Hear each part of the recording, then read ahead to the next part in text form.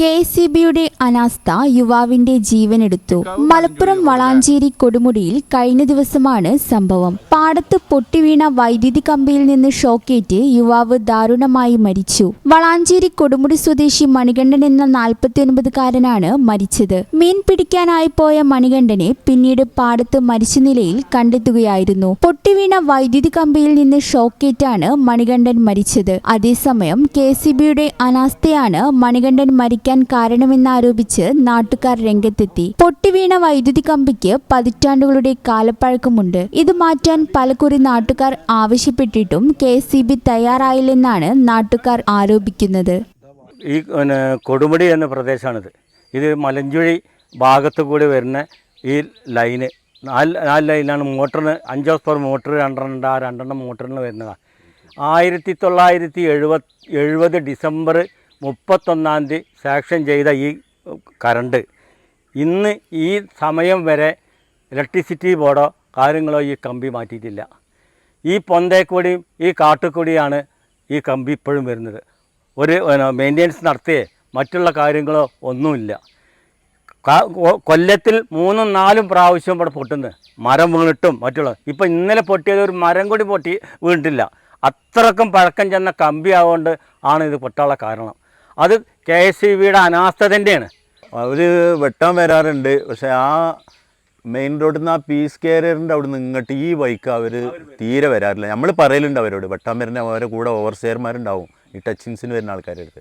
അവരോട് നമ്മൾ പറയും നിങ്ങൾ ആ ലൈനിൽ വെട്ടണം കേട്ടോ, ആകെ പൊന്തിയും കാടുമാണ് മരമാണ് എന്നൊക്കെ പറയും.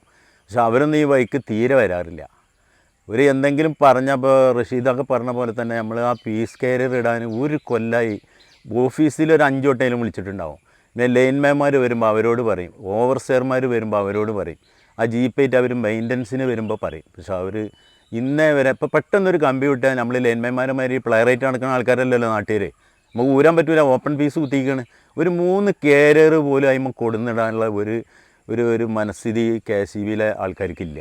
ലൈൻ പൊട്ടി വീണ സമയം ട്രാൻസ്ഫോമറിൽ നിന്നുള്ള വൈദ്യുതി ബന്ധം വിച്ഛേദിക്കാനും നാട്ടുകാർക്ക് സാധിച്ചില്ല. ട്രാൻസ്ഫോമറിൽ സുരക്ഷിതമായ ഫ്യൂസ് ഉണ്ടായിരുന്നില്ല എന്നതാണ് കാരണം. ഒരു കമ്പി പിരിച്ചുവെച്ചത് മാത്രമായിരുന്നു ഫ്യൂസായി ഉപയോഗിച്ചിരുന്നത്. ഇതുമൂലം മണികണ്ഠൻ ഏറെ നേരം പാടത്ത് കിടക്കേണ്ടിയും വന്നു. ഈ പയ്യൻ ഇവിടെ മരിച്ചു കിടന്നിട്ട്, കമ്പി കിടന്നിട്ട് മരിച്ചു കിടന്നിട്ട് അത് പെട്ടെന്ന് ഓഫാക്കാൻ ട്രാൻസ്ഫോമറുണ്ട്. അമ്പലം ട്രാൻസ്ഫോമർ എന്നാണ് അതിന് പറയുക വളാഞ്ചേരി സെക്ഷനിൽ. ആ അമ്പലം ട്രാൻസ്ഫോമറിൽ ഡയറക്റ്റ് കണക്ഷനാണ്. ദിവസങ്ങളായി മാസങ്ങളായി ഞങ്ങളൊക്കെ അതിനാവശ്യപ്പെടാൻ ഒരു ഫീസെങ്കിലും ഇടി. അത് അവർ നാളെ ചെയ്യാം, മറ്റന്നാൾ ചെയ്യാം, അല്ലെങ്കിൽ അടുത്ത ആഴ്ച ചെയ്യാം എന്ന് പറയല്ലാതെ ഇതുവരെ അവരത് ചെയ്തിട്ടില്ല. ഏറെ നേരത്തിനു ശേഷം വൈദ്യുതി ബന്ധം വിച്ഛേദിച്ച ശേഷമാണ് മൃതദേഹം ആശുപത്രിയിലേക്ക് മാറ്റാൻ പോലും സാധിച്ചത്. പിന്നെ കാര്യങ്ങളൊക്കെ പഞ്ചായത്ത് മെമ്പർമാർ പറഞ്ഞു. മുൻ പഞ്ചായത്ത് മെമ്പറാണ് റഷീദാക്കിയും അതുപോലെ അഹമ്മദാക്കി അതുപോലെ പരിസരവാസികളൊക്കെ അവിടെ പറഞ്ഞു കഴിഞ്ഞു.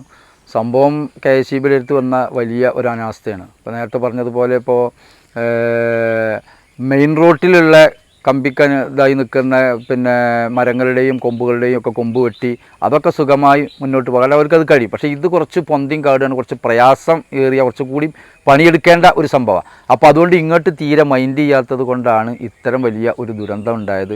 ഇതൊക്കെ ഇവിടെ പരിസരവാസികളും എല്ലാം ഞങ്ങളെല്ലാവരും ഇതിന് മുൻപും 2-3-4 തവണകളിൽ കെ.എസ്.ഇ.ബിക്കാരെ പിന്നെ അധികൃതരെ പിന്നെ പറഞ്ഞ് മനസ്സിലാക്കിയതാണ്, അവരെ ബോധ്യപ്പെടുത്തിയതാണ്.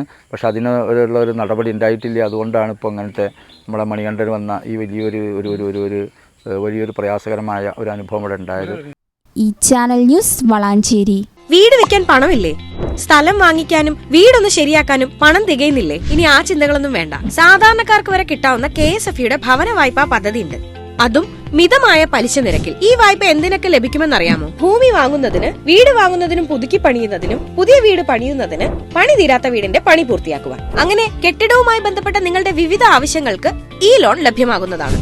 കേരളത്തിലുടനീളം പ്രവർത്തിക്കുന്ന കെ.എസ്.എഫ്.ഇയുടെ 680-ലധികം ശാഖകളിലൂടെ ലഘുവായ നടപടിക്രമങ്ങളിലൂടെയാണ് വായ്പ ലഭ്യമാക്കുന്നത്. തിരിച്ചടവിന് പരമാവധി 30 വർഷത്തെ കാലാവധിയും ലഭിക്കും. ഇനി ആർക്കൊക്കെ കെ.എസ്.എഫ്.ഇയുടെ ഭവന വായ്പ ലഭിക്കുമെന്നല്ലേ?